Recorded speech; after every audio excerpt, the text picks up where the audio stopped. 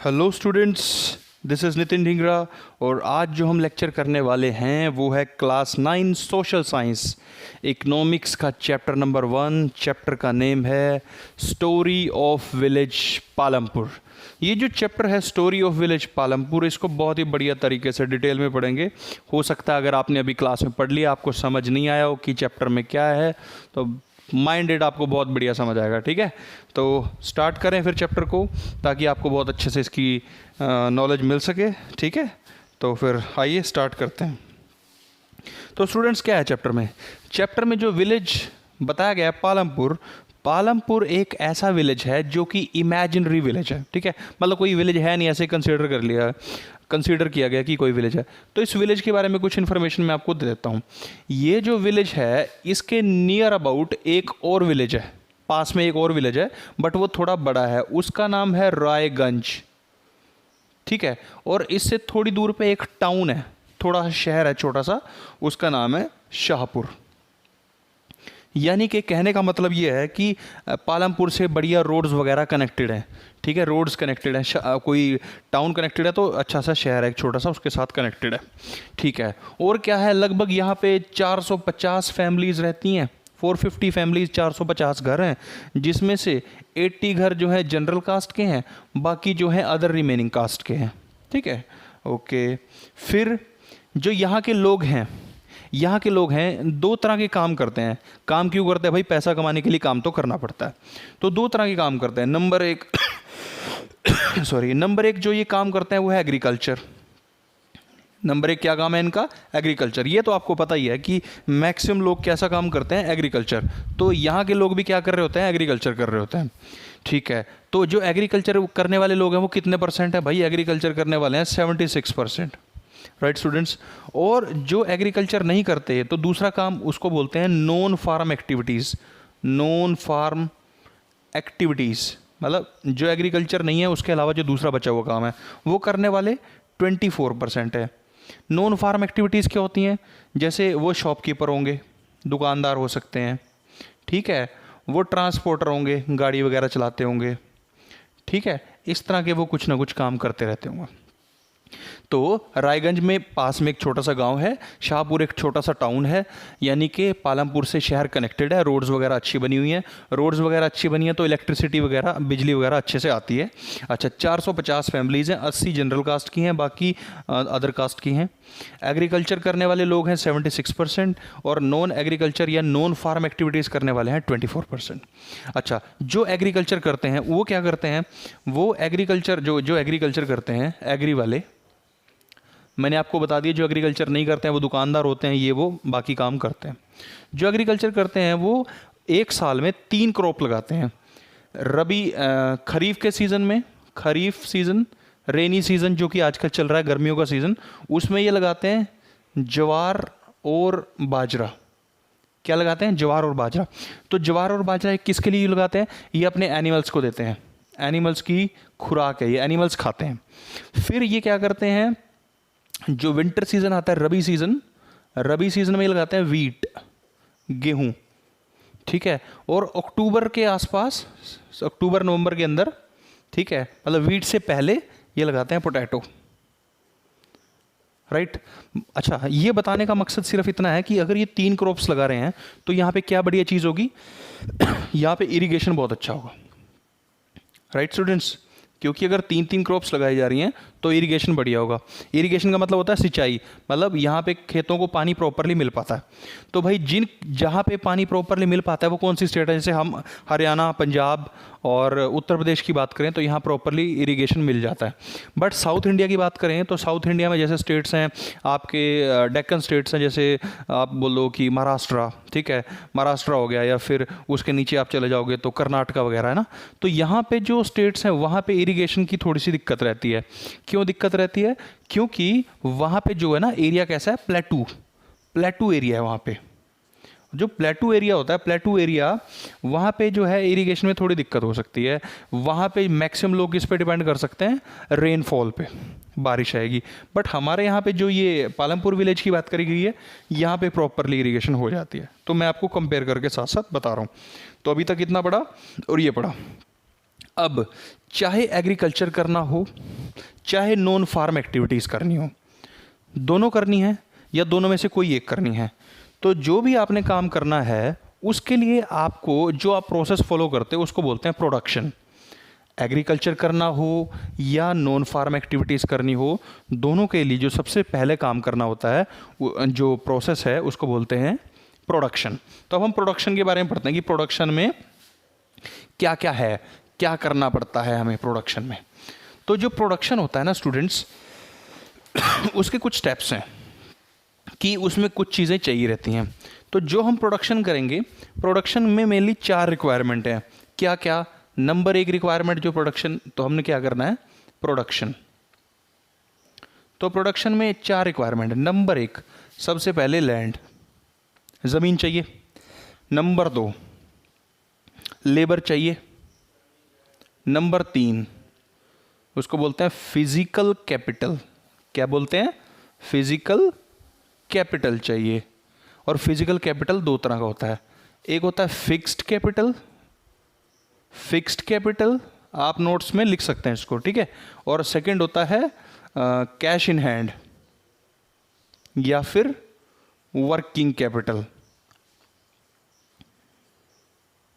पहले मैं लिख रहा हूं, फिर अभी आपको मैं समझाता हूं। और चौथा होता है ह्यूमन कैपिटल। ये 4 चीजें हैं भाई। अब एक्सप्लेन करता हूं मैं। प्रोडक्शन करना है, चाहे खेती करना है, चाहे हमने कोई नॉन फार्म एक्टिविटी करनी है, सबसे पहले ज़मीन चाहिए।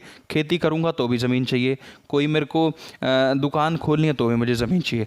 तो सबसे पहला कंपोनेंट तो लैंड रहेगा। नंबर 2, लेबर, वहाँ पे काम करने के लिए मुझे बंदे चाहिए। ये दोनों चीज़ें आपको समझ आ गई। अच्छा, तीसरा नंबर है फिजिकल कैपिटल। 2 चीज़ें होती हैं, फिक्स कैपिटल और वर्किंग कैपिटल।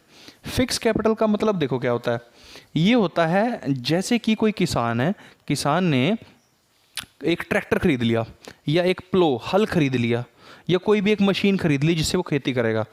तो जो एक बार उसने खरीद ली, पैसे उसके अंदर लगा दिए, उसको बोलते हैं फिक्स्ड कैपिटल। यानी कि इससे वो क्या खरीदता है? टूल्स या फिर कोई ना कोई मशीन। कैश इन हैंड, अब उसके पास टूल भी है, सब कुछ है, अब वो खेती करना चाहता है। तो सपोज करके वो वीट लगाना चाहता है, तो उसके लिए सीड चाहिए, बीज चाहिए। तो बीज के लिए उसके पास चाहिए कैश। तो कैश इन हैंड या फिर वर्किंग कैपिटल, ठीक है। दुकान के लिए जगह चाहिए, ये खेती के लिए जगह चाहिए, लेबर चाहिए, कुछ पैसे चाहिए जो मशीन के लिए, और कुछ चाहिए बिजनेस करने के लिए, कैश इन हैंड। और चौथा होता है ह्यूमन कैपिटल। ह्यूमन कैपिटल का मतलब होता है कोई ऐसा बंदा जो आपको गाइड कर सके कि हाँ मुझे बिजनेस ऐसे करना है, ये करना है, वो करना है।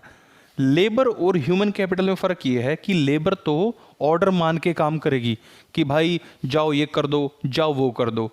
ह्यूमन कैपिटल वो बंदा होगा, स्किल्ड बंदा होगा जो करवाएगा काम, ठीक है। जैसे कोई मैनेजर, एक तो लेबर है, ठीक है, एक है मैनेजर, उस तरह से। अब मैं इन चारों कंपोनेंट्स को एक्सप्लेन करूंगा, चारों को नहीं, 2-3 कंपोनेंट को एक्सप्लेन करूंगा। ह्यूमन कैपिटल आगे नेक्स्ट चैप्टर में पढ़ेंगे। तो लैंड, लेबर और इनको थोड़ा बहुत मैं एक्सप्लेन करता हूं, ठीक है। तो सबसे पहला कंपोनेंट है लैंड, ठीक है। तो लैंड को पढ़ते हैं। देखो लैंड के बारे में बता दूं आपको। लैंड आपको पता है क्या भाई? लैंड को इंक्रीज किया जा सकता है? आंसर होगा नहीं। तो जो लैंड है, लैंड होती है फिक्स्ड। लैंड क्या होती है? फिक्स होती है। आप इन नोट्स को लिख लेना, शॉर्ट हैंड नोट्स हैं। तो लैंड फिक्स है भाई। अच्छा, पालमपुर विलेज की बात करें तो 1960 के बाद लैंड में एक्सपेंशन नहीं हुआ, लैंड बढ़ी नहीं, बट थोड़ी बहुत लैंड बढ़ी भी। कैसे बढ़ी? लैंड इंक्रीज कैसे हुई?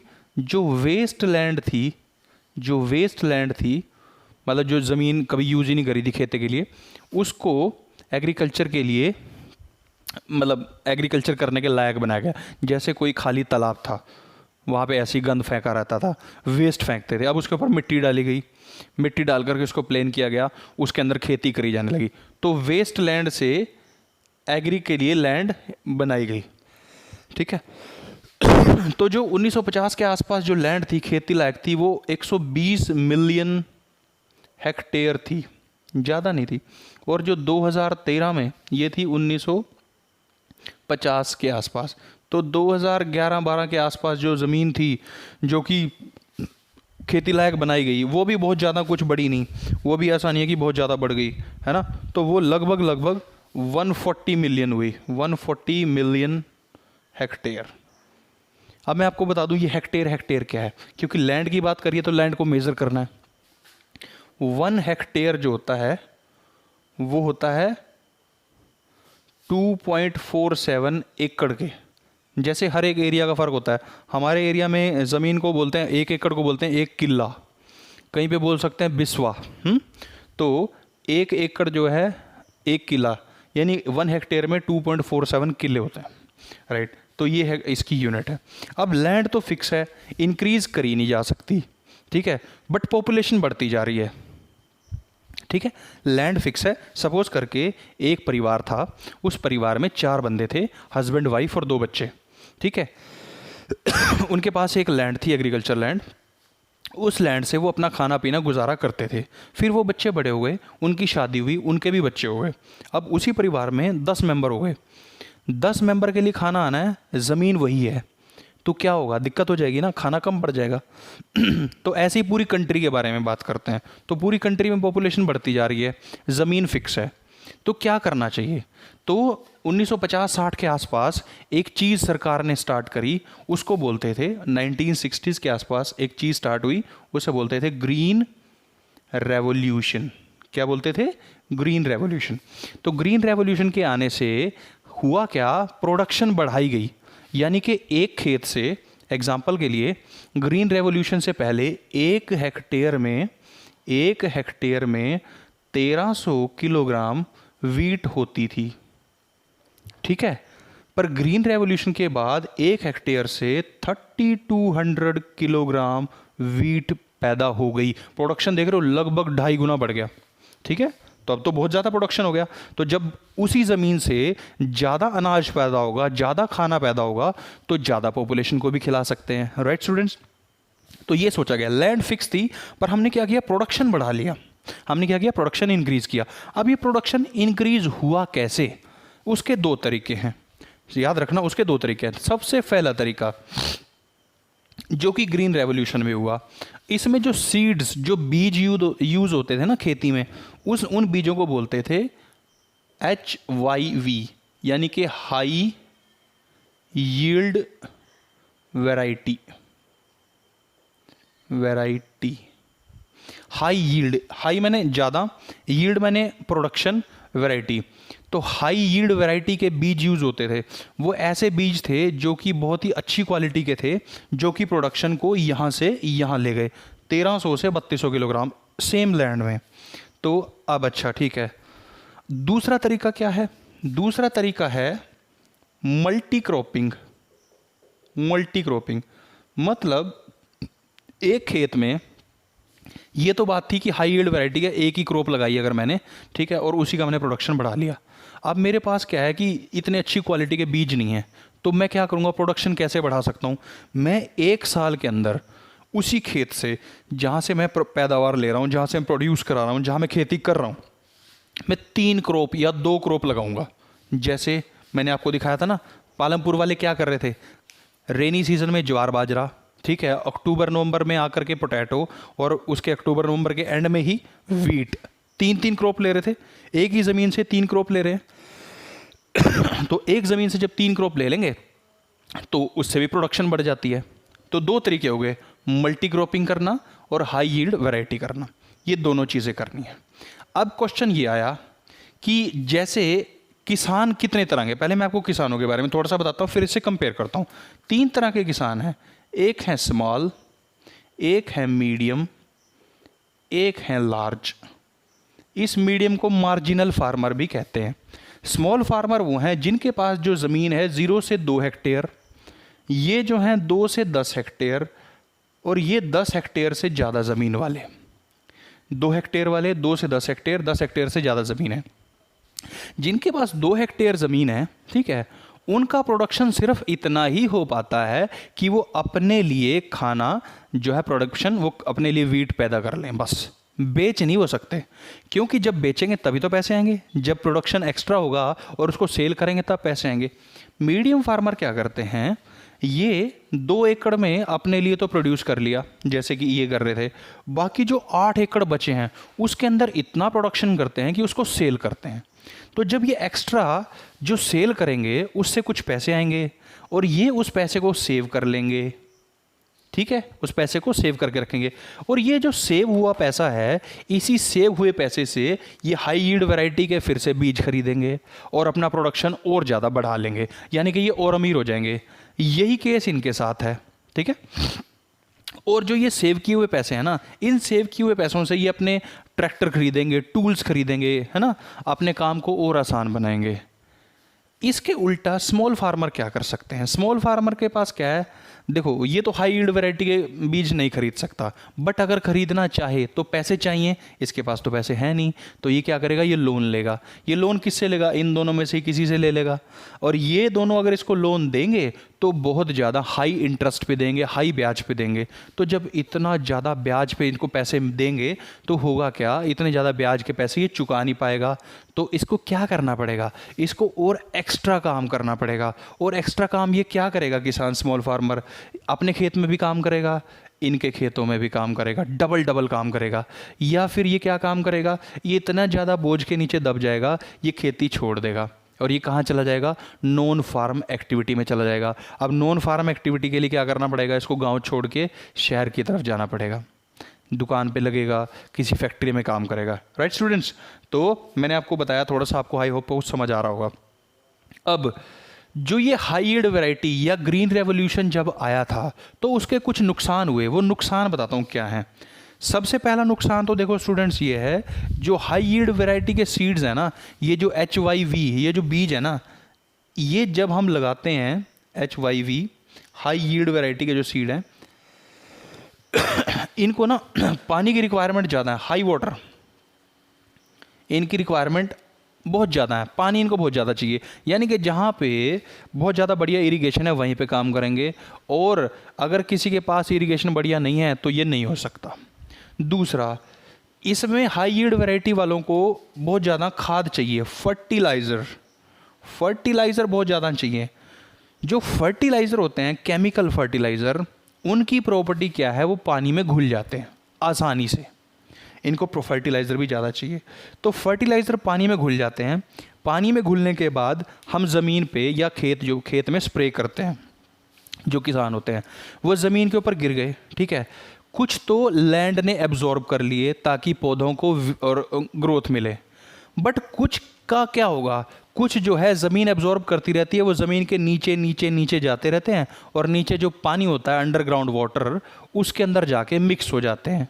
जब ये उसके अंदर जाके मिक्स हो जाते हैं तो ये हमें जो फ्यूचर में हम पानी नीचे से निकाल करके पिएंगे, चाहे वो ट्यूबवेल से आ रहा हो या कैसे भी आ रहा हो, उस पानी के ज़रिए हमें हेल्थ के रूप में जो है नुकसान पहुंचाएंगे, हमें हमारी हेल्थ को ख़राब करेंगे। देख रहे हो, हाई यील्ड के जो सीड थे, एक तो पानी की ज़्यादा रिक्वायरमेंट थी, पानी हमें नीचे से ज़्यादा निकालना पड़ा इरिगेशन के लिए, तो पानी ख़त्म हो रहा था।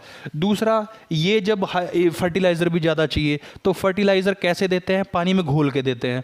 तो पानी में घोल के देने के बाद कुछ तो पौधों को दे देती है ज़मीन एब्जॉर्ब करती है, कुछ ज़मीन में रिस के सीपिंग प्रोसेस बोलते हैं उसे, नीचे चला जाता है, वाटर बहुत नीचे चला जाता है, तो नीचे का जो पानी है उसके अंदर जा करके वो मिक्स हो जाते हैं, और फिर वही पानी जब हम पीते हैं नीचे से निकाल करके, जब हम जैसे कोई हैंड पंप से आ रहा है या कैसे भी किसी भी तरीके से वो पानी आ रहा है, तो वो हमें नुकसान पहुंचाता है। तो आपने देख लिया, आप एक बार इसका स्क्रीनशॉट ले लो, इसको देख लो मैंने क्या लिखा है यहाँ पे, ठीक है। आई होप कि आपको बढ़िया से समझ आ रहा होगा, ठीक है। अच्छा, आगे बढ़ें, ठीक है। तो अब आगे बढ़ते हैं। ये मैंने लैंड का आपको कंपोनेंट बता दिया कि लैंड में क्या होता है, ठीक है। अब हम देखते हैं लैंड का डिस्ट्रीब्यूशन कैसा है। भाई लैंड के डिस्ट्रीब्यूशन के लिए आपको मैं एक बढ़िया एग्जांपल देता हूँ। लैंड का डिस्ट्रीब्यूशन देखो, ये आपने नोट कर लिया होगा ना। तो लैंड का डिस्ट्रीब्यूशन कुछ ऐसा है भाई कि सपोज करके एक ना फार्मर था, एक किसान था, ठीक है, एक किसान था, देखो लैंड तो फिक्स्ड है, एक किसान था, एक फार्मर, उसके पास 2.25 हेक्टेयर लैंड थी, ज़मीन थी, ठीक है। उसके 3 बेटे थे, तो ये फार्मर जब मर गया, इन तीनों बेटों की शादी हो गई थी। अब ये तीनों बेटों ने अपना काम अलग अलग करना स्टार्ट किया। तो ये 2.25 जो ज़मीन थी ये 3 में डिवाइड हो गई, 0.75 0.75 इतने हेक्टेयर। अब ये जब ज़मीन तीनों में अलग अलग डिवाइड हो गई, ठीक है, तो होगा क्या, पहले इससे तो कुछ ना कुछ प्रोडक्शन बढ़िया हो रहा था। अब इतनी सी ज़मीन में तो क्या ही प्रोडक्शन होगा। इस ज़मीन से कुछ प्रोडक्शन होता था थोड़ा बहुत, अब इससे तो बिल्कुल भी नहीं हो पाएगा, ठीक है। तो लैंड डिस्ट्रीब्यूशन का ऐसा है कि जितने भी अमीर फार्मर हैं, बहुत ज़्यादा अमीर, ठीक है, उनके पास ज़मीन तो थोड़ी है। अमीर, क्योंकि अमीर फार्मर कम है ना, है ना, अमीर फार्मर कम है, ज़मीन उनके पास ज़्यादा है, ठीक है। और जो जितने गरीब फार्मर हैं वो अमाउंट में बहुत ज़्यादा हैं, 80% के लगभग गरीब फार्मर हैं, 80% फार्मर हैं, ठीक है।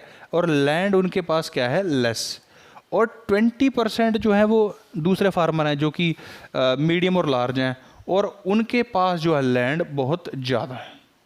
तो ये प्रोडक्शन करेंगे ज़्यादा, यही ज़्यादा कमाएंगे और यही ज़्यादा अमीर होंगे। उसके उल्टा ये रहेगा, इनके पास जो है ज़मीन कम है, ठीक है, आपने देख लिया ऐसे डिस्ट्रीब्यूट होकर के आ रखी है, ज़मीन कम है, प्रोडक्शन कम होगा, ना ही ये हाई वैरायटी के सीड्स खरीद सकते हैं, तो इनके लिए दिक्कत है। अगर ख़रीद लेते हैं तो लोन के नीचे दबते रहते हैं, ठीक है। तो इनके साथ ये बड़ी ज़्यादा दिक्कत रहती है। ओके, अब हमने लैंड का कंपोनेंट पूरा पढ़ लिया, तो लैंड में क्या चल रहा है वो हमने देख लिया, ठीक है। तो लैंड के बाद जो सेकंड कंपोनेंट हम बता रहे थे, मैंने आपको बताया था जब सेकंड कंपोनेंट बनाया था, तो उसमें लैंड के बाद मैंने क्या लिखा था, लैंड के बाद मैंने लिखा था लेबर, ठीक है। लैंड के बाद मैंने लेबर लिखा था ना, तो अब लेबर की बात करते हैं भाई। लेबर देखो अब लेबर कहाँ से मिलेगी। लेबर की बात अगर हम करें तो ये होती है अबंडेंट। हिंदी में एक वर्ड यूज करते हैं, प्रचुर मात्रा में, मतलब एक्सेस है, ये बहुत ज़्यादा है, बहुत ज़्यादा लेबर है। तो जब बहुत ज़्यादा लेबर है तो 2001 के आसपास गवर्नमेंट ऑफ इंडिया ने जो एक लेबर का है, खेत वाला लेबर है, उसका रेट डिसाइड किया कि हर रोज़ उसको 115 रुपीज़ मिलने चाहिए। पर क्योंकि लेबर इतनी ज़्यादा है, काम करने वाले इतने ज़्यादा हैं, तो कंपटीशन ज़्यादा है, तो कंपटीशन की वजह से किसी एक जो लेबर क्लास है उसको 80 रुपीज़ ही मिल पाते हैं, और हो सकता है शायद किसी को इससे भी कम मिल पाए। अब आप इमेजिन करो 80 से 100 रुपये एक दिन के मिल रहे हैं, तो कैसे काम होगा। अब लेबर आती कहाँ से है, अब लेबर कहाँ से आती है वो देखो। 3 फार्मर थे, small farmer, medium farmer, large farmer. मैंने आपको बताया स्मॉल फार्मर के पास सिर्फ इतना की प्रोडक्शन होता है कि वो अपने लिए गुजारे के लिए खाना प्रोड्यूस कर सके, वीट प्रोड्यूस कर सके। बट क्या एक आदमी के लिए खाना सफिशिएंट रहता है? उसके अलावा उसके कोई खर्चे नहीं, उसने कोई कपड़े नहीं पहनने, वो कभी बीमार नहीं होगा, यानी कि उसको पैसे तो कुछ ना कुछ चाहिए ना, खाना खाने से अलग भी तो पैसे चाहिए। तो इसके लिए इस स्मॉल फार्मर को क्या करना है, इस स्मॉल फार्मर ने अपने खेत में तो काम करना ही करना है, प्लस ये इनके खेतों में भी काम करेगा। दूसरी बात, ये मीडियम फार्मर, ये लार्ज फार्मर, ये कैसे अमीर हैं? ये अमीर फार्मर खेत में काम करने खुद तो जाएंगे नहीं जाएंगे ना, तो इनको चाहिए होगा लेबर, तो ये भी इसको लेंगे। अब ये तो है स्मॉल फार्मर, ये जा कर के इनके खेत में काम करेगा। पर कुछ ऐसे फार्मर भी तो हैं जो लैंड लेस हैं, उनके पास ज़मीन भी नहीं है, वो तो जितना ये प्रोड्यूस कर रहे हैं वो भी नहीं वो कर पाते। तो वो जो लैंड लेस फार्मर हैं वो भी इनके खेतों में आकर के काम करेंगे, और उनकी दिहाड़ी ये है, उनको एक दिन का ये मिलने वाला है। देख लो कितना कम मिलता है, ठीक है। तो जो लेबर है वो बहुत ज़्यादा अबंडेंट में है, ठीक है। बट तो यानी कि स्मॉल फार्मर मीडियम फार्मर के यहाँ काम करेगा, लार्ज फार्मर के यहाँ भी काम करेगा, और अपने यहाँ तो करता ही है। दूसरा, लेबर कहाँ से आएगी? लैंड लेस फार्मर, ये लैंड लेस हैं, जिनके पास ज़मीन नहीं है, वो भी यहाँ पे काम करेगा, वो यहाँ पे भी काम करेगा, ठीक है। तो फर्स्ट हमने पढ़ लिया था लैंड, फिर हमने पढ़ लिया था लेबर पढ़ लिया। अब चाहे लैंड है या जो भी लेबर हमने पढ़ा, इसके बाद जो भी हमने प्रोडक्शन करना है, हमने जो भी खेत में लगाना है, खेत में लगाने के लिए क्या चाहिए होता है? पैसे, फिजिकल कैपिटल। मैंने पढ़ाया था आपको, फिजिकल कैपिटल पढ़ा दिया ना। तो जो ये पैसे चाहिए, जो कैपिटल चाहिए, तो कैपिटल, फिजिकल कैपिटल। तो कैपिटल मैंने कहा था दो तरह की, एक फिक्स कहा था, एक कैश इन हैंड कहा था। कैश इन हैंड दो बताए थे। फिक्स्ड, जो फिक्स्ड है उसमें टूल आते हैं, फॉर एग्जांपल ट्रैक्टर। आप क्या बताओ मुझे, स्मॉल फार्मर ट्रैक्टर खरीद पाएगा? नहीं खरीद पाएगा। मीडियम और लार्ज खरीदेंगे। कैसे खरीदेंगे? मैंने आपको बता दिया था। मीडियम फार्मर जो है उसके पास प्रोडक्शन कैसा रहेगा? सरप्लस। ये वर्ड आपको याद रखना है, सरप्लस प्रोडक्शन। सरप्लस प्रोडक्शन का मतलब होता है, अगर आपको एक साल में आपको सपोज 200 किलोग्राम वीट आप यूज करोगे, बट आपका जो खेत में प्रोडक्शन हुआ वो हुआ 2000 किलो, तो आपको तो चाहिए 200 किलो, बाकी 2000 में से 200 माइनस किया तो बचा 1800 किलोग्राम। इतना सादा जो ज़्यादा है वो वीट का क्या करोगे? खराब थोड़ी करोगे। आप इसको माइनस करके जो 1800 किलो आया उसको आप बेच दोगे, सेल करोगे। जब आप सेल करोगे तो पैसे आएंगे। तो ये जो पैसे हैं ये मीडियम और लार्ज फार्मर के पास ही हैं। तो वो अपनी सेविंग करते हैं और उसी सेविंग से ट्रैक्टर खरीदते हैं, उसी सेविंग से वो अपना बीज खरीद लेते हैं हाई क्वालिटी के। बट स्मॉल फार्मर के पास ऐसा कुछ हो नहीं पाता, तो स्मॉल फार्मर बेचारा फंसा रह जाता है। स्मॉल फार्मर को अगर ये चीज़ें चाहिए, ट्रैक्टर चाहिए या कुछ भी चाहिए, तो उसको चाहिए लोन। तो जो लोन होता है, जो स्मॉल फार्मर लोन लेगा, वो लोन पे क्या होता है? रेट ऑफ इंटरेस्ट जो होता है ना, रेट ऑफ इंटरेस्ट वो बहुत ज़्यादा होता है, बहुत ज़्यादा। तो अगर उसने ले लिया तो उसको चुकाने की बड़ी दिक्कत है, वो भर नहीं पाता, वो पैसे वापस नहीं भर पाता, वो अपनी ज़मीन भी खो देता है। तो इस चक्कर में क्योंकि रेट ऑफ इंटरेस्ट ज़्यादा है, वो ज़्यादा बढ़िया से खेती कर नहीं पाएगा। तो उसके लिए क्या सॉल्यूशन बचा? तो वो काम छोड़ देगा खेती और क्या करेगा? माइग्रेट करेगा। माइग्रेट कहाँ करेगा? खेती छोड़ेगा और नॉन फार्म एक्टिविटीज़ की तरफ जाएगा। Non farm activity okay. या फिर वो क्या करेगा? दूसरे खेतों में काम करेगा लेबर बन के। तो यानी कि तो पालमपुर की हम बात कर रहे थे, मैंने पालमपुर में कहा था कि दोनों तरह के काम होते हैं, फार्म एक्टिविटी खेती और नॉन फार्म एक्टिविटीज़।